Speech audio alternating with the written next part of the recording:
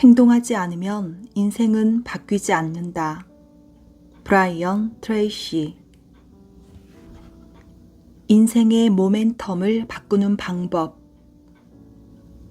우리가 사는 동안 어떻게 잠재력을 최고조로 끌어낼 수 있을까? 그 열쇠는 당신의 자아에 있다. 자기 자신에 대해 어떻게 생각하고 느끼고 바라보는지가 무엇보다 중요하다. 개인의 성공은 전적으로 내면의 자아가 스스로를 어떤 사람이라고 생각하는지에 달려있는 것이다. 따라서 성공하기 위해서는 자기 자신에 대한 인식을 가장 먼저 바꾸어야 한다. 나는 젊은 시절 우연히 접한 긍정심리학자 마틴 셀리그만의 연구에 큰 영향을 받았다. 그는 낙관주의가 성공과 행복을 예측하는 가장 중요한 요인이라고 말했다. 자신의 낙관성 정도는 인터넷의 간단한 테스트로 측정할 수 있다. 주기적으로 이를 체크하며 삶에 대한 태도 변화를 확인해 보는 것도 좋은 방법이다. 당신의 배경과 현재 상황이 어떻든 언젠가 분명 홀로 운전석에 앉아야 하는 순간이 온다.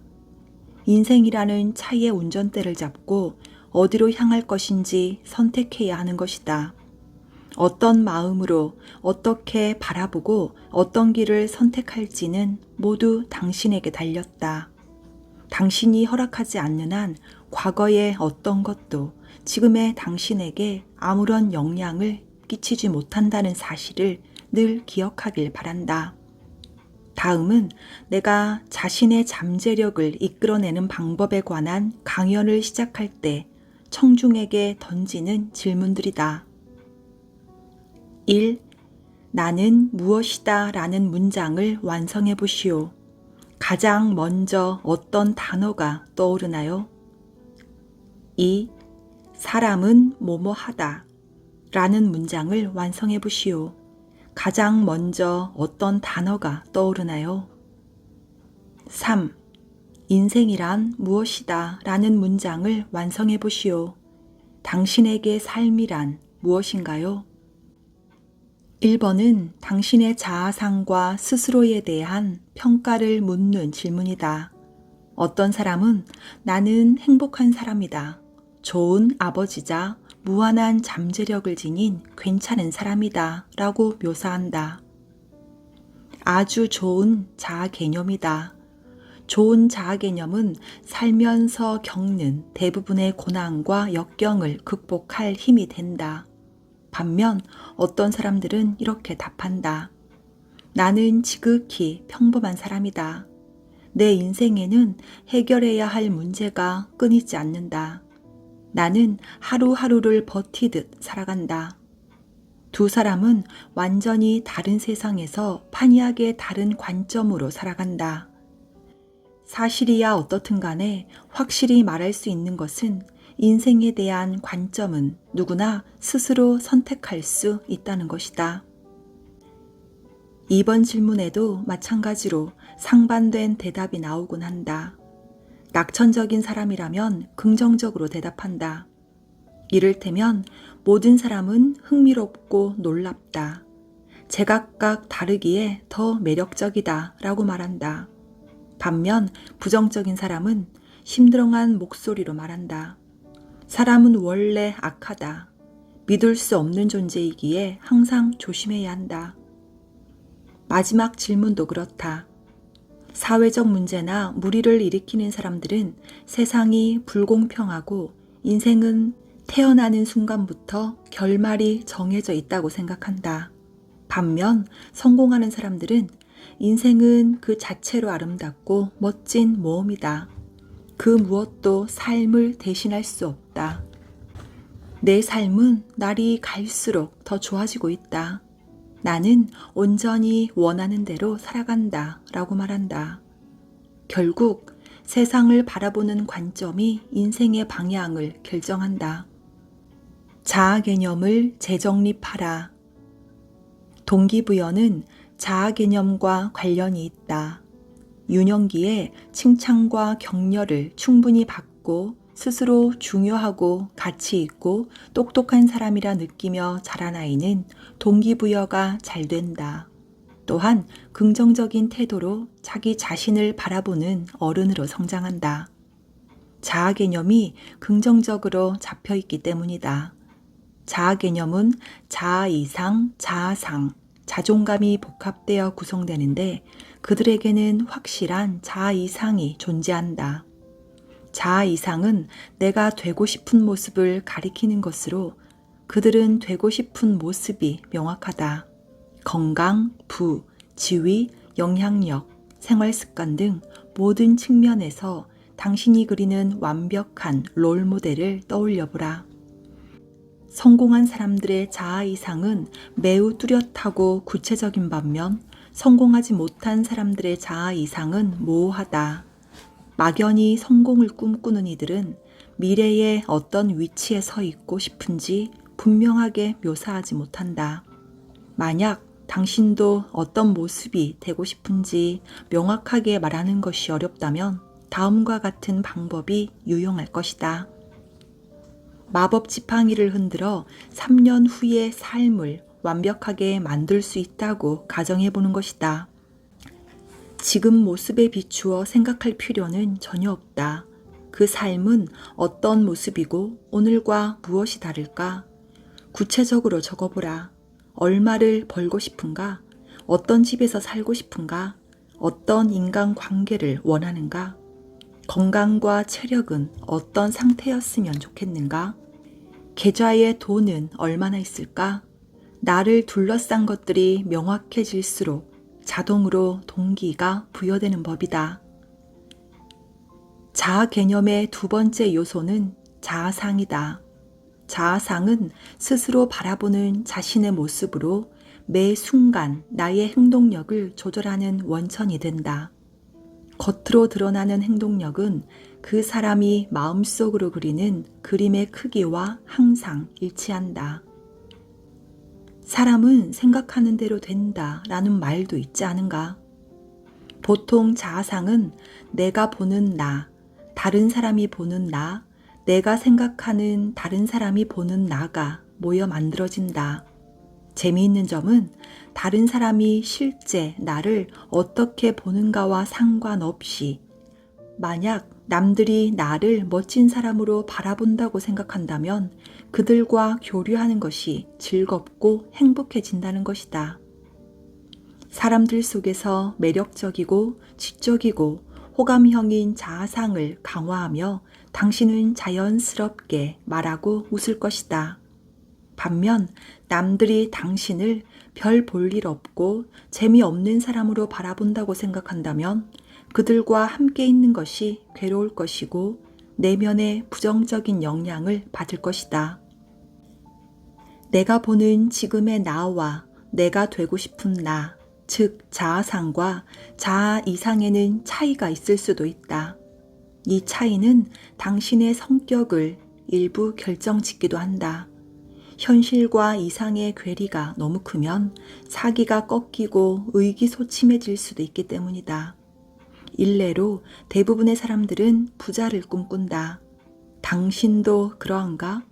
그렇다면 구체적인 계획만이 묘약이다.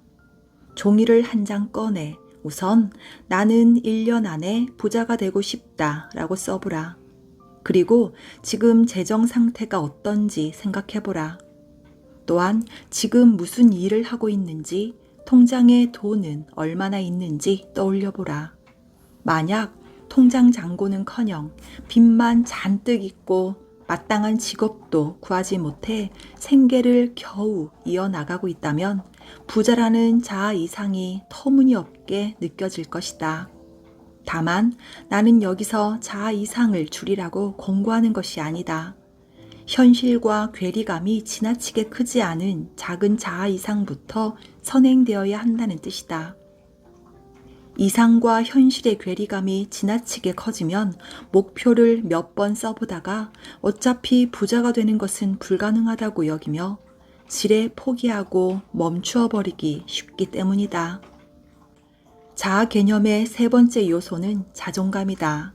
자존감은 자기 자신을 좋아하고 사랑하는 마음, 중요하고 가치 있는 사람으로 평가하는 마음을 가리킨다. 비유하자면 자존감은 원자력을 이끌어내는 원자의 핵이나 마찬가지다. 당신의 행동을 좌우하는 결정적 요소이자 행동력의 엔진이다. 지금의 나에서 내가 되고 싶은 이상적인 나에 가까워질수록 자존감은 올라가고 자아 이상도 긍정적으로 변해 자신감이 붙으며 활기가 넘치게 될 것이다. 궁극적으로 성공은 물질적인 보상보다 내면의 기쁨이 결정한다. 다음과 같은 말을 반복하는 것만으로 자존감이 올라가니 잠시 소리내어 말해보라. 나는 나 자신을 좋아한다. 나는 나 자신을 좋아한다. 나는 나 자신을 정말 좋아한다. 내 책들과 강연에서 꾸준히 이 방법을 권했더니 한 번은 큰 성공을 거둔 청년으로부터 고맙다는 영상 메시지를 받기도 했다. 영상 속에서 그는 자신이 과거에 얼마나 무력하고 불행했는지 열변을 토했다. 청년은 쇼핑몰에서 휴대폰 파는 일을 했는데 몇십 명에게 다가가 열심히 말을 걸어도 늘 거절당하기 일쑤였다고 했다. 하루하루 절망에 빠져들던 어느 날 내 책 판매의 심리학을 사서 읽게 되었다고 했다. 그 책에는 내면의 감정이 업무 성과와 궁극적으로 성공까지 결정한다는 메시지가 담겨 있다.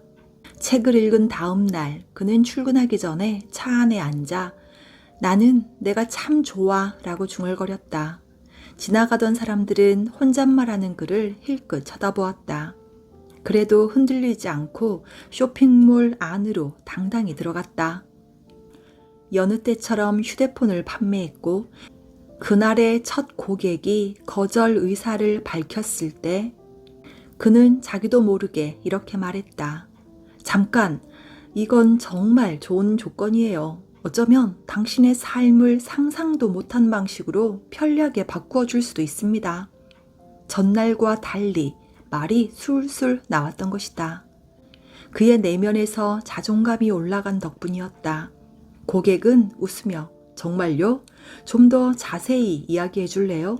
라며 그의 말에 귀를 기울였고 그는 얼마 후 첫 매출을 올렸다. 첫 번째 성공은 두 번째, 세 번째 성공으로 이어졌고 머지않아 판매 신기록까지 세웠다. 그는 판매사원에서 관리자로 승진했고 나중에는 더 큰 회사로 이직했다. 나는 청년의 마지막 말이 오래 기억에 남는다. 출근길에 나는 나를 좋아하고 나는 대단한 사람이라고 말한 것이 제 삶을 완전히 바꾸어 놓았습니다. 나는 나를 좋아한다 라는 생각은 마음의 신전을 받쳐주는 든든한 기둥이다. 스스로를 얼마나 좋아하는지와 얼마나 낙천적인지 사이에는 직접적인 상관관계가 있어 우리의 행동을 결정한다. 또한 주어진 책임감을 받아들이는 일과 인생의 행복에까지도 영향을 미친다. 동기부여에 대한 두 가지 착각. 성공한 사람들에 대한 오해와 더불어 동기부여에 대해 오해하는 사실도 있다. 다름 아닌 동기부여가 긍정적인 상황에서만 제대로 그 힘을 발휘한다는 것이다. 물론 당신에게 우호적이고 지지해주는 환경에서 긍정적인 인풋을 받으면 동기부여에 확실히 도움이 된다. 하지만 헝가리 혁명을 피해 미국으로 이주한 앤디 그로브의 사례에서 보듯이 동기부여는 아주 어렵고 절박한 상황에도 충분히 이루어질 수 있다. 부정적인 상황에서 어떻게 동기부여가 되는지를 심리적으로 살펴보자. 심리학의 수많은 연구는 우리가 어른이 되면 어린 시절 가장 크게 박탈감을 느꼈던 것에 집착하게 된다고 말한다. 이를테면 경제적으로 어려운 가정에서 자랐으면 어른이 되어 물질적인 성공에 집착한다. 어린 시절에 부모에게서 사랑받지 못했다면 성인이 되어 많은 이에게 사랑받으려 애쓸 것이다. 학교에서 친구들에게 무시당했다고 느꼈다면 타인에게 인정을 받으려고 노력할지도 모른다. 실제로 대부분의 할리우드 배우들은 어린 시절에 채워지지 못한 욕구에 의해 움직인다. 유명 배우 중 상당수가 어린 시절 부모님의 관심과 사랑을 충분히 받지 못하고 자랐고 우연히 박수갈채를 받은 경험이 그들을 할리우드에 헌신하게 한 것이다. 나는 좋은 환경에서만 동기를 부여받을 수 있다는 잘못된 믿음을 깨부수고 싶었다. 그래서 성공한 사업가들을 만나면 항상 몇 살 때 처음 일을 시작했느냐는 질문을 던졌다. 10에서 11세라는 답이 나왔다. 나도 마찬가지였다. 내가 10살 때 부모님은 집안 사정이 좋지 않아 학교에 입고 갈 옷을 사줄 수 없으니 스스로 돈을 벌어 사입으라고 했다. 더운 여름날이었다. 나는 부모님의 말에 고개를 끄덕이곤 집 밖으로 나가 괭이를 들고 이웃집마다 돌아다니며 잡초를 캐주겠다고 했다. 마침 동네에 사는 한 아주머니의 뒷마당에 잡초가 무성하게 자라 있었다. 나는 1시간에 25센트의 시급을 받으며 잡초를 정리했다. 떼약볕에서 땀을 뻘뻘 흘리며 잡초가 무성한 마당에서 괭이질을 반복했다. 마당 전체의 잡초를 캐고 갈퀴로 걸어모아 치우기까지 2주 정도의 시간이 걸렸다. 그렇게 번 돈으로 새학기에 입을 옷을 샀다. 그리고 그날 이후로 나는 부모님께 단 한 번도 손을 벌린 적이 없다. 세계 최고 자산가로 꼽히는 워런 버핏도 14살 때는 돈이 많지 않았다. 매일 새벽 4시에 일어나 신문 배달을 했고 신문 한 부를 배달할 때마다 1센트를 벌었다. 다행히 그는 부모님 집에서 살았던 덕분에 번 돈을 전부 저축할 수 있었다. 그렇게 3, 4년간 신문 20만 부를 배달해 2,000달러라는 종잣돈을 모았고 1962년에 전부 투자에 사용했다. 그리고 오늘날 그의 자산은 1,040억 달러에 이른다. 그가 운이 좋아서 갑자기 그렇게 큰 돈을 만지게 된 걸까? 결코 그렇지 않다. 신문 배달로 번 푼돈을 꾸준히 저축한 것이 시작이었다. 그런데도 사람들은 백만장자는 단지 운이 좋았을 뿐이고 시작부터가 달랐다고 생각하니 안타깝다. 버핏의 부가 어디서 시작되었는지 똑똑히 보라. 경제적으로 어렵고 아무런 지지도 없는 부정적인 상황에서도 얼마든지 비전을 향한 여정을 시작할 수 있다. 긍정적인 상황에서의 동기부여를 평가절하하려는 것이 아니다. 동기부여는 상황이 어떻든 자신이 지금보다 훨씬 더 대단한 사람이 될 수 있다는 잠재력을 깨달을 때 저절로 작동한다는 것을 전하고 싶다. 나는 심리학자 에이브러햄 매슬로를 통해 나의 잠재력을 깨달았다. 그는 우리가 가진 능력은 쓰여지기 위해 아우성을 치고 있다. 우리가 자신의 능력을 최대한 발휘할 때만 이러한 내면의 아우성을 잠재울 수 있다 라고 말했다. 이 사실을 깨닫고 나는 남들이 술을 마시러 놀러 나갈 때 무수히 많은 시간을 공부에 투자했다. 책상 앞에 앉아서 몇 시간씩 성공한 사람들의 책을 읽었다. 이때 부정적인 감정을 제거해야 하는 이유와 그 방법을 배웠다. 우리의 감정이 존재하는 곳은 비어있지 않다. 어떤 감정이든 항상 들어차 있다. 때문에 부정적인 감정을 비우면 긍정적인 감정으로 채우기가 수월해진다. 행복과 즐거움뿐 아니라 목표의식도 긍정적인 감정의 한 형태다. 부정적인 감정을 내보내기 어려울 땐 목표에 대해 생각하는 것으로 시작하면 된다. 스스로에게 물어보라. 인생에서 정말로 하고 싶은 일은 무엇인가? 잠시 시간이 지난 뒤 다시 물어보라. 내가 평생을 바쳐 진정으로 하고 싶은 일은 무엇인가? 끈질기게 생각해보라. 내가 평생을 바쳐 진정으로 진심을 다해 하고 싶은 일은 과연 무엇인가? 만약 아무런 걸림돌 없이 무엇이든 할 수 있고 그 일에 필요한 지식과 능력을 이미 갖추었다고 가정한다면 당신은 어떤 삶을 살고 싶은가? 답이 명확하고 뚜렷하게 그려지는가? 가장 중요한 것은 당신의 목표다. 당신이 꿈꾸는 미래가 선명하게 보여야 한다. 선명한 이미지는 그 자체로 긍정적인 동기부여가 된다. 동기부여에 관한 또 다른 뿌리 깊은 고정관념은 일단 불붙으면 영원히 지속될 것이라는 착각이다. 실제로 이런 믿음은 신화처럼 굳어져서 어느 동기부여 전문가가 강연에서 사람의 마음에 한번 동기부여의 불이 들어오면 절대 꺼지지 않는다라고 말했을 정도다. 많은 사람들은 한번 마음을 통하게 한 동기부여가 계속 유지되어 일상에 극적인 변화가 생기길 바란다. 당연한 일이다. 동기부여가 한 번만으로 자동적으로 유지되어 당신을 끊임없이 나아가게 해주면 얼마나 좋겠는가? 그러나 일반적으로 동기는 매일 새롭게 창조되어야만 한다. 만약 적절한 동기가 반복적으로 부여되지 않는다면 당신은 곧 컴포트 존에 갇혀 성장을 멈출 것이고 힘겹게 이룬 성공조차 따분한 일상처럼 느껴질 것이다.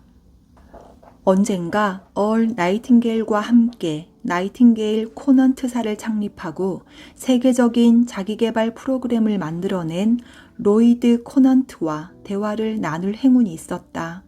그는 다음과 같이 말했다. 우리의 잠재의식에는 성공의 템플릿이 있다네. 목표를 하나 달성하면 그 결과로 성공의 템플릿이 하나 생기는 거지. 그것은 마치 건물의 뼈대와 같아. 우리는 그 뼈대에 콘크리트를 붓는 일만 하면 되는 거지. 그래서 성공을 경험해 보는 게 중요한 거야. 그 크기는 상관없이 말이야. 너무 당연해 자주 간과되는 성공 메커니즘. 누구나 학창시절에 관성의 법칙을 배운다. 움직이는 물체는 외부에서 다른 힘이 가해지지 않는 한 일정한 속도로 움직인다는 것이다. 만약 당신이 허공에 공을 던지면 공은 공기를 가르고 나아가다 중력에 의해 지면으로 떨어질 것이다. 하지만 중력이 없는 탁 트인 공간에서 공을 던진다면 공은 무한대로 계속 움직일 것이다. 당신도 마찬가지다. 외부의 방해를 차단한다면 무한대로 성장할 힘이 당신에게 있다. 성공의 과정에는 모멘텀의 법칙이 적용된다는 점을 기억하라. 외부에서 오는 변수가 제거된다면 얼마든지 성공을 크게 키워갈 수 있다. 목표를 향해 처음 움직이기 시작할 때는 진전이 매우 느린 것처럼 보인다. 대부분의 사람들이 중도에 포기하는 이유다. 살을 빼고 싶다면 다이어트를 시작하고 2주 동안 몸무게를 재지 말라는 것도 그래서다. 보이지 않는 곳에서 분명 변화가 일어나고 있지만 겉으로는 아무런 변화가 보이지 않을 수도 있기 때문이다. 이는 실망감을 안겨주고 자포자기하게 만들기도 한다. 식단을 조절하고 운동을 해도 나는 아무런 변화가 없구나 라는 생각이 들어 힘이 빠진다. 그러나 2주가 지나고 몸무게가 줄어드는 것이 눈으로 보이는 순간부터는 자신감이 붙는다. 확실히 효과가 있구나. 할 수 있어. 노력할 가치가 있다고 라는 생각이 들고 이때 누군가 혹시 살 빠졌어? 라고 묻기라도 하면 성공으로 향하는 모멘텀은 더 커지기도 한다. 다시 말해 거의 모든 것은 당신의 믿음에 달렸다. 타인의 말이나 눈앞의 결과에 휘둘리지 않고 목표를 달성할 것이라고 확신한다면 무엇도 당신을 막지 못한다. 목표를 향해 한 걸음 내디딜 때마다 믿음도 커질 것이다. 불가능할 것이라며 두려워하던 마음은 어느새 사라지고 스스로에 대한 강한 믿음이 생길 것이다. 처음에는 불신 상태에서 시작할 수도 있다. 무언가를 성취하기 전에는 자기 자신을 믿지 못할 수도 있다. 부자가 되고 싶다고 생각은 하면서도 그 목표에 다가갈 수 있다고 믿지 못하는 것이다. 하지만 목표를 세우면 부자가 될 수 있고 나는 그 목표를 이루기 위해 노력할 거야. 이미 노력하고 있지. 라고 생각한다면 달라진다. 거기에서 더 나아가면 믿음이 생기고 점차 커지기 시작한다. 한번 생긴 믿음은 불어나는 눈덩이처럼 빠르게 커진다. 머지않아 확신이 들고 너무 커져 도저히 멈출 수 없는 지점에까지 이른다. 그때부터 그 무엇도 목표를 향해 나아가는 당신을 막을 수 없다. 당신이 당신의 가능성을 100% 확신하기 때문이다. 누구보다 든든한 천군만마 같은 지원군을 등에 업은 셈이다. 세계적인 성공학 구루이자 위대한 상인의 비밀을 쓴 저자 오그 만디노는 예전에 나에게 이렇게 말했다. 브라이언, 성공의 비밀이란 것은 없네. 수세기에 걸쳐 계속해서 배우고 반복해온 시대를 초월한 진리만 있을 뿐이지. 고대 그리스 로마 시대의 키케로와 플루타르코스 같은 위대한 사상가들도 동일한 성공 원칙을 제시했다. 명확한 목표를 정한 뒤 계획을 세우고 실행에 옮기는 것, 그리고 즉시 행동에 돌입하고 목표를 달성할 때까지 계속 노력하는 것, 이것은 절대 비밀이 아니다. 너무나 당연하고 뻔해 보이기에 간과되곤 하는 성공 원칙이다. 오늘날까지 성공한 수백만 명의 거장과 위인들에 의해 끊임없이 증명된 진리다. 누구나 내면에 성공과 실패의 메커니즘이 존재한다. 실패의 메커니즘은 본능적으로 발동한다. 전체 인구의 80%가 항상 돈 걱정을 하면서 지극히 평범한 삶을 벗어나지 못하는 것도 그 때문이다. 반면 성공의 메커니즘은 방아쇠를 당겨야만 발동한다. 그 방아쇠 역할을 하는 것이 목표다.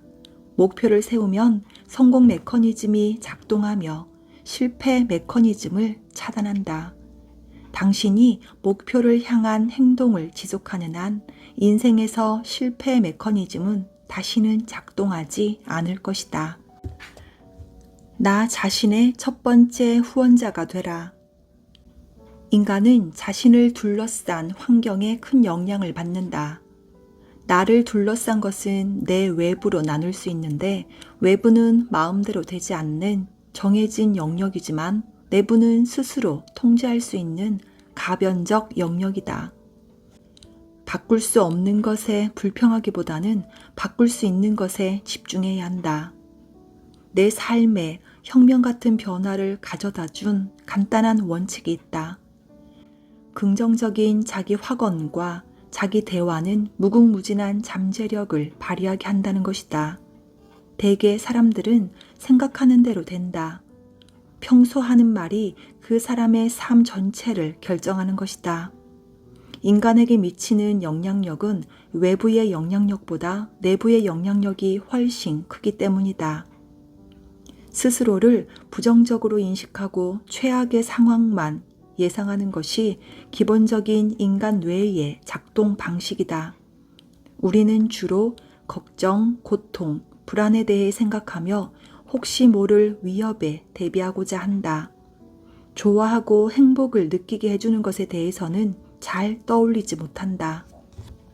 그럼에도 스스로에게 희망적인 말을 반복하고 밤낮으로 계속되는 내면의 대화를 긍정적인 방향으로 바꾸면 우리의 뇌는 변화하기 시작한다. 컵에 남은 물을 보고도 반밖에 안 남았네가 아니라 반이나 남았네 라고 말하게 된다. 뇌의 작동 방식을 바꾸어 놓으면 인생을 사는 태도가 바뀌고 미래에 대한 믿음과 기대가 바뀐다. 성공의 가장 큰 장애물은 실패나 상실에 대한 두려움이다. 우리는 무엇을 시도했다가 직업을 잃을 것을, 돈을 쓰고 성과를 내지 못할 것을, 시간만 낭비할 것을, 주변 사람들과의 사랑과 지지를 잃을 것을 걱정한다. 두려움이 모이면 나는 할 수 없어, 나는 변할 수 없어, 불가능한 일이지. 지금까지 살아온 세월이 있는데 사람은 바뀌지 않는다잖아. 쉽지 않을 거야 와 같은 부정적인 생각의 나선이 작동하고 학습된 무기력으로 이어진다. 두려움을 극복하기 위해서는 할 수 있다는 생각을 억지로라도 주입해야 한다.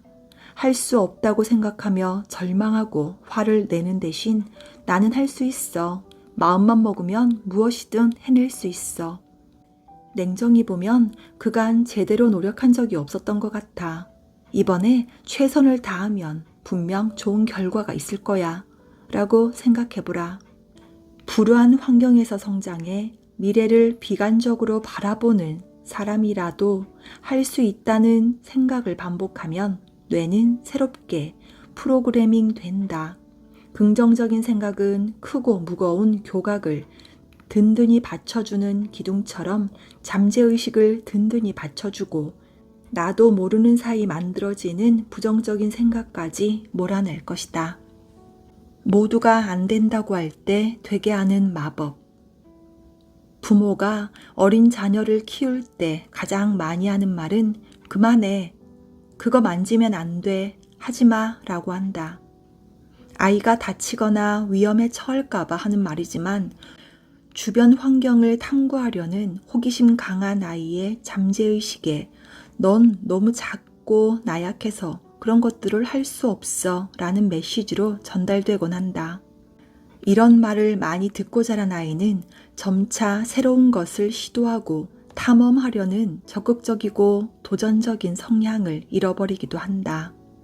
나는 내 아들을 양육하면서 부정적인 말을 되도록 하지 않으려고 노력했다. 일례로 예전에 내가 회원으로 있던 한 컨트리 클럽에서 있었던 에피소드를 들려주고자 한다. 몇십 년 전 어느 날 컨트리 클럽에서 긴급한 연락이 왔다. 당시 11살이던 내 아들 데이비드가 친구와 놀다가 대형 사고를 쳤다고 했다. 아이들이 탈의실에 있던 샴푸를 가져와 야외 공용 수영장에 쏟아버린 것이다. 거품이 흘러넘쳤고 수영장에 몸을 담그고 있던 사람들이 소리를 지르며 물속에서 빠져나왔다고 했다. 소식을 들은 매니저가 달려와서 사태를 파악하고 경찰에 신고를 했고 두 아이의 부모에게 전화를 걸었던 것이다. 급히 차를 몰아 그곳에 가보니 경찰차들이 먼저 와 있었다. 단지 수영장에 샴푸 거품이 넘쳐 흐른 사건으로 말이다. 아들 녀석과 친구는 잔뜩 겁에 질린 표정이었다. 나는 아이들을 안심시키고 현장을 둘러보던 경찰관에게 다가가서 물었다. 무슨 일입니까? 혹시 다친 사람이 있나요? 아니요, 그런 건 아닙니다. 심각한 일은 아닌데 어쨌든 신고가 들어와서 출동했습니다. 어릴 때 흔히 치는 사고지요. 아이들이 많이 놀란 것 같네요. 그가 답했다. 그렇군요. 알겠습니다. 아이들이 실수를 했네요. 제가 대신 사과드립니다. 경찰의 말처럼 누가 봐도 심각한 사고는 아니었다. 나는 짧은 대화를 마치고 아들을 뒷좌석에 앉히고 집으로 차를 몰았다. 집에 도착할 때까지 우리는 한마디도 하지 않았다. 아들은 겁에 질려 보였고 안정이 필요한 듯 했다. 집에 도착해서야 나는 아들과 눈을 맞추며 물었다. 데이비드, 어떻게 된 거니? 그러자 아들 녀석은 작게 말했다. 그냥 야외 풀장에 샴푸를 넣었어요. 그랬구나. 괜찮아. 그럴 수 있지. 아빠가 어렸을 땐 더 심한 말썽도 부렸거든. 긴장해서 피곤하겠구나. 이제 잘 시간이네. 이틀 후 컨트리클럽에서 전화가 오더니 나를 쫓아내겠다고 말했다.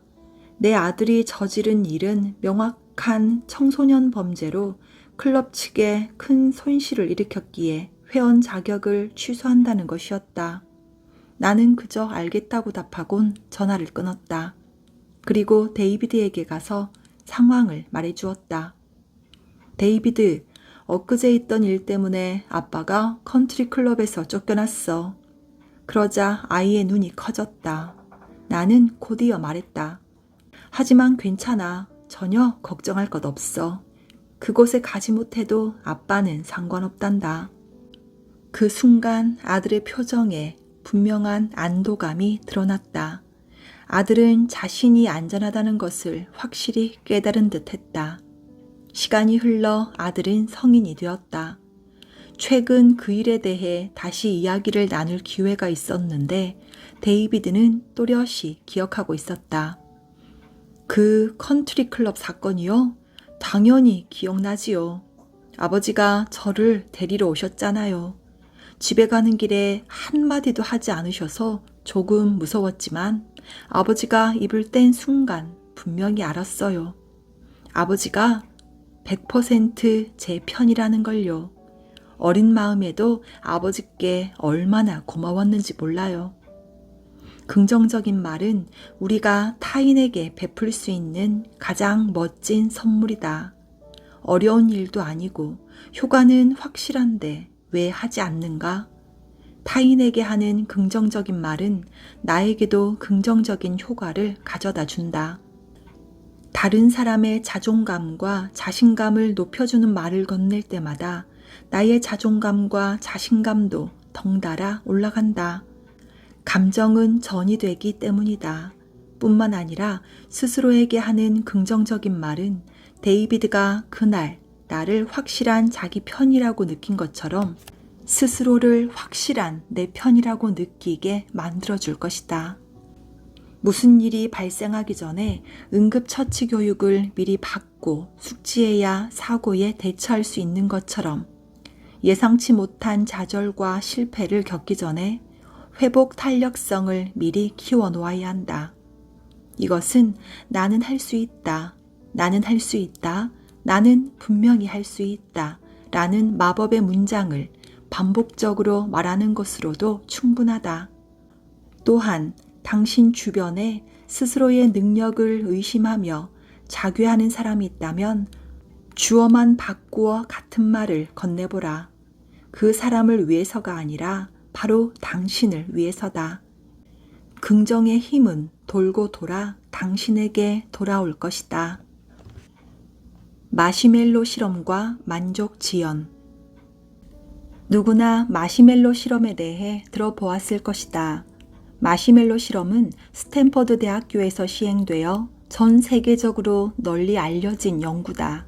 당시 지연된 만족감과 자기 조절에 대해 연구하던 심리학과 교수 월터 미셸은 4살에서 6살 아이들을 한 곳에 모아놓고 테이블 위에 인당 1개씩 마시멜로를 올려놓고 이렇게 말했다. 여기 마시멜로가 보이지? 15분 동안 마시멜로를 먹지 않고 기다리면 나중에 2개를 받을 수 있단다. 그 후 바깥으로 나가 아이들을 지켜보았다. 어떤 아이들은 가만히 앉아 마시멜로를 뚫어지게 쳐다보았다. 일부 아이들은 마시멜로를 보지 않기 위해 손으로 눈을 가리고 있었다. 마시멜로에 손을 대지 않으려고 팔짱을 끼고 2 손을 겨드랑이 밑에 숨기는 아이도 있었다. 반면 연구진이 나가자마자 마시멜로를 집어드는 아이도 있었다. 처음에는 조심스럽게 일부분만 뜯어먹고 내려놓더니 이내 전부 먹어치웠다. 10년 후 연구진은 후속 연구를 통해 마시멜로를 먹지 않고 참았던 아이들이 학창시절 더 뛰어난 성적을 거두었다는 결과를 얻어냈다. 그들은 성인이 되어서도 뛰어난 성과를 냈다. 심지어 20년 후에는 눈에 띌 정도로 높은 소득 수준과 사회적 지위를 누리고 있었다. 반면 곧바로 마시멜로를 먹어버린 아이들은 성적도 좋지 않았고 특별히 성공하지도 못했으며 평범한 직장에서 상대적으로 낮은 급여를 받으며 일하고 있었다. 무엇이 이런 차이를 만들었을까? 우리가 음식을 욕심을 내어 먹는 이유는 선사시대로 거슬러 올라간다. 겨울철에 먹을 것이 부족하므로 겨울잠을 자는 곰처럼 미리 많이 먹어 살을 찌워두려는 본성에 근거하는 것이다. 심리적으로 불안정한 상태인 사람에게 음식을 주었을 때도 비슷한 모습을 볼 수 있다. 마음의 허기를 음식으로 채우려 하기 때문에 눈앞의 음식을 절제하지 못한다. 다이어트를 할 때 우리 몸이 작동하는 방식도 마찬가지다. 거의 굶다시피 식단을 조절하다가 다시 정상적으로 먹으면 체중이 크게 불어난다. 굶는 동안 우리 몸이 에너지를 얻지 못했기에 다시 굶주릴 상황에 대비해 에너지를 비축해야겠다고 판단하는 것이다. 즉, 만족 지연이 이루어지지 않는 이유는 장기적 관점이 부재하기 때문이다. 겨울에도 먹을 것이 많다면 음식을 욕심내지 않을 것이고 미래에는 더 큰 행복이 기다리고 있다는 확신이 있다면 지금 당장의 쾌락에 빠지지 않고 더 좋은 미래를 위해 인내하고 노력할 것이다. 당신이 만족 지연을 배우지 못한 어린 시절을 보냈다고 해도 괜찮다. 어른이 되어서도 자기 규율을 통해 만족 지연을 연습할 수 있다. 자기 규율은 성공에 꼭 필요한 중요한 자질로 즉각적인 만족과 보상을 뒤로 미루고 주어진 과제를 먼저 완수하도록 스스로 단련하는 것이다. 자기 규율을 통해 성공한 경험이 쌓일수록 자신감은 높아진다. 나는 이 책을 읽는 당신이 자기 규율을 업무에 적용해 볼 것을 권한다. 과제를 끝마치면 적절한 보상을 주는 방식으로 말이다. 특히 하기 싫은 일, 잘 되지 않는 일일수록 보상의 효과는 크다. 성공을 자동화하는 루틴의 힘. 나는 시간 관리에 대해 연구하며 이런 이야기들을 들은 적이 있다. 시간 관리를 너무 엄격하게 하면 일과 생활 모두가 경직되기 마련이다.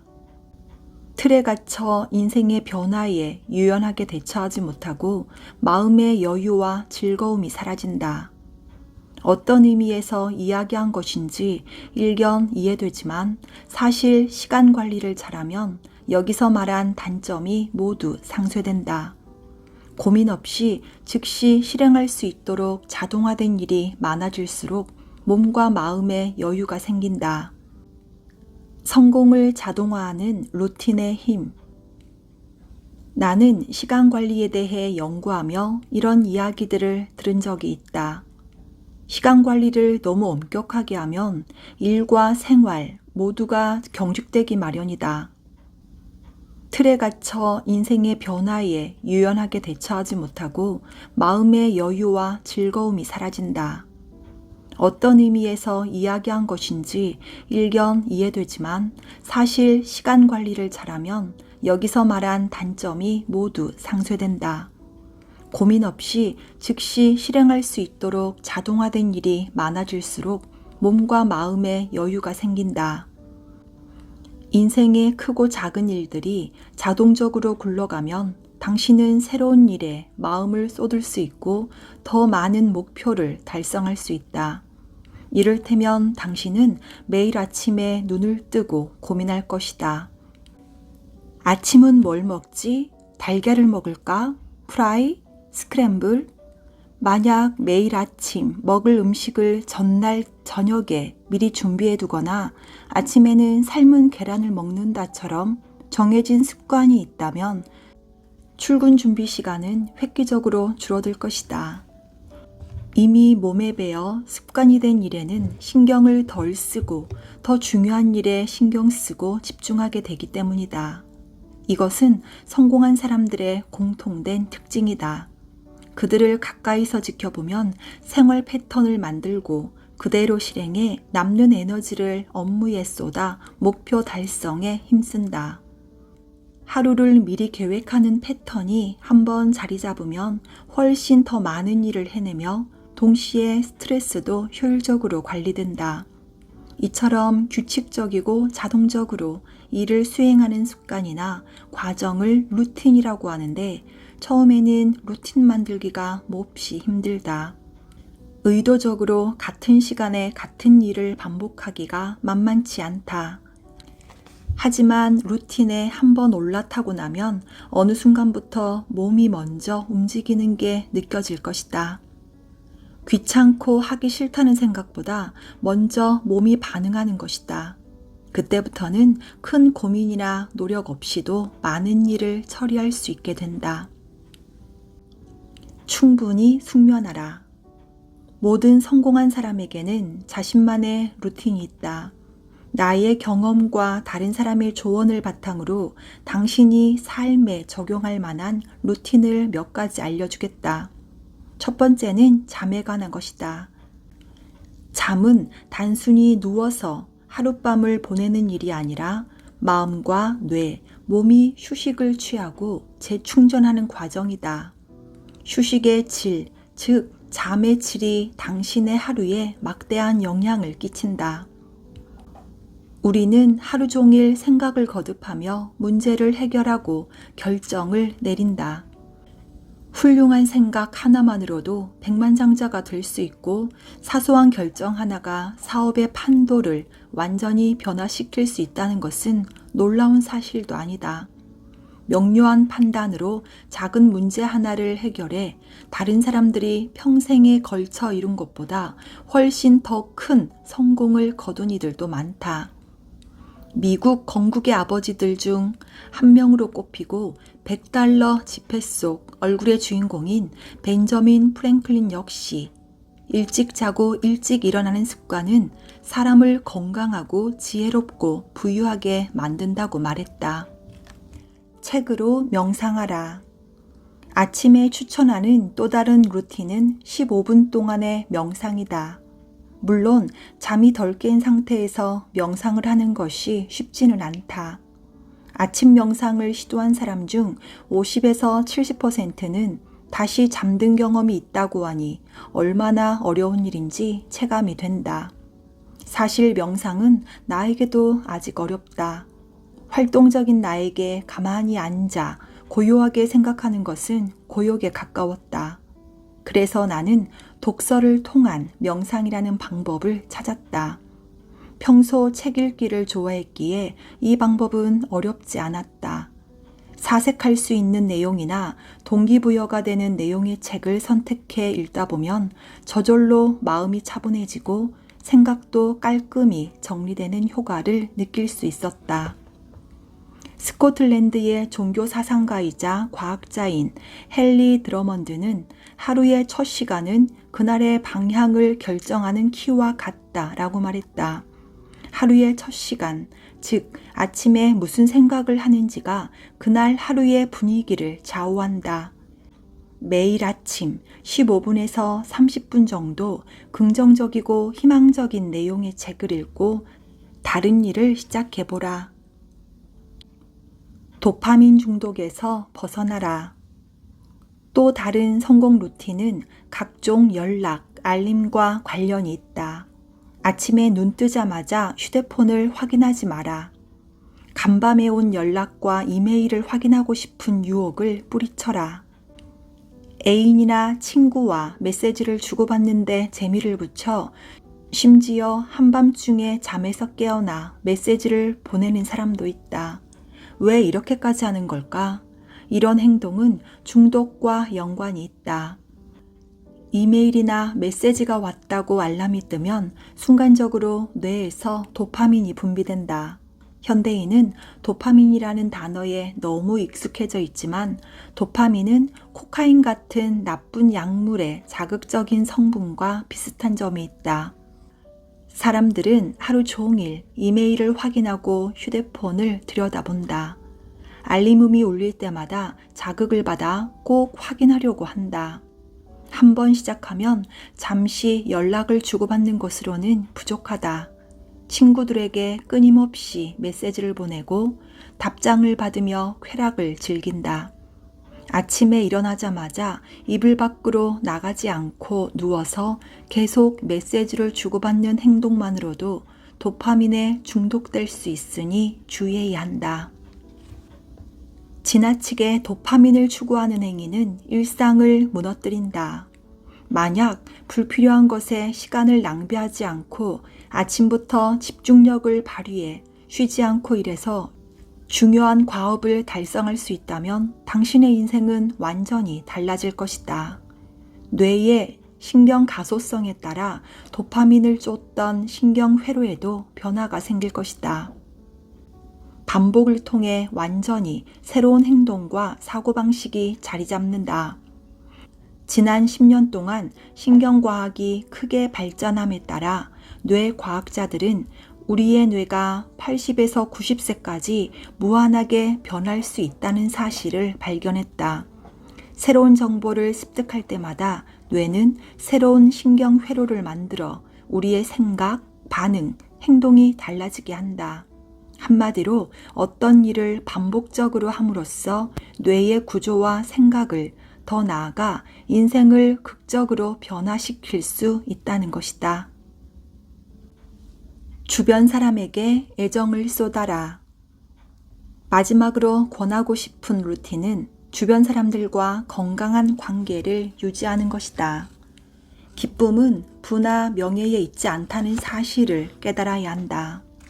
진정한 기쁨은 돈, 자동차, 요트에서 나오지 않는다. 명예와 칭찬에서 나오는 것도 아니다. 이것들은 관객이 빠져나가고 당신이 홀로 무대에 남는 순간 안개처럼 사라진다. 성취에는 아주 잠깐의 기쁨만 따를 뿐이다. 우리가 삶에서 누리는 기쁨의 80%는 사람과의 관계에서 온다. 타인과 이야기하고 즐겁게 웃고 더불어 살아가고 누군가의 삶의 일부가 되는 데에서 기쁨을 느낀다. 아이들이 건강히 자라는 모습을 지켜보고 배우자와 함께 가치관을 맞추어가는 시간을 소홀히 하지 말라. 일할 때 다른 것에 신경 쓰지 말고 일만 하라고 조언했듯이 가족과 시간을 보낼 때도 온 마음을 다하라. 그 시간에 회사에 보낼 이메일, 내일 해야 하는 보고서를 떠올리며 스트레스 받는 것처럼 어리석은 일은 없다. 얼굴을 맞대고 마음을 맞대고 그 순간에 충실해야 한다. 함께 시간을 보낸다는 것은 서로 마주본다는 의미다. 누군가는 주방에서 요리를 하고 누군가는 거실 소파에 누워 있다면 함께 시간을 보내는 것이 아니라는 뜻이다. 주방에서 함께 맛있는 저녁을 만들고 침실에서 도란도란 이야기를 나누는 것이 정말로 함께 시간을 보내는 것이다. 가족뿐만 아니라 친구도 마찬가지다. 사람을 대하고 관계를 쌓을 때는 내 성과를 늘어놓기보다 상대방에게 질문을 던져라. 오늘 하루는 어땠는지, 요즘 고민이나 생각거리가 있는지 물어보라. 시간을 내어 귀를 기울이고 질문하고 서로 인내심을 보이는 것, 이것이 사람과 사람 사이에 가장 필요한 태도다. 관계의 가치를 높이는 방법은 더 많은 시간을 투자해 서로 속마음을 터놓는 것이다. 아동 심리학자들의 연구에 따르면 아이의 성격은 가족이 둘러앉은 저녁 식탁에서의 대화로 결정된다. 저녁 식사 자리의 분위기가 아이가 어떤 어른으로 자랄 것인지 좌우하는 아주 중요한 변수라는 것이다. 이 연구 결과를 들은 후 나는 항상 가족들이 집에 모여 함께 저녁을 먹었다. 내가 출장 중일 때는 아내라도 꼭 아이들과 함께 저녁을 먹으며 서로의 하루에 관해 이야기를 했으면 좋겠다고 권했다. 아내도 내 말에 동의해 우리 아이들은 늘 가족과 함께 저녁을 먹었고 성인이 되어 독립한 지금까지도 원만한 성격으로 좋은 인간관계를 유지하고 있다. 출근하고 퇴근할 때마다 배우자와 아이에게 반갑게 인사하고 환한 미소를 지어라. 당신이 최우선으로 생각해야 할 사람은 길에서 우연히 마주친 사람이 아니라 늘 곁에 있는 가족, 매일 마주치는 동료, 가까운 친지들이다. 나는 첫 아이가 태어난 뒤 관계의 소중함을 더 절실히 깨달았다. 내가 가장 소중히 여기고 늘 함께 해야 할 대상은 곁에 있었다. 그래서 주변에 감사와 사랑, 소중함을 표하는 법을 꾸준히 연습해왔고 지금까지 매일매일이 행복했다. 작은 관심과 긍정적인 말 하나만으로도 주변 사람들과의 관계는 눈에 띄게 좋아지기 마련이다. 당신이 관계를 소중히 여기면 매일매일이 기쁨으로 가득할 것이다.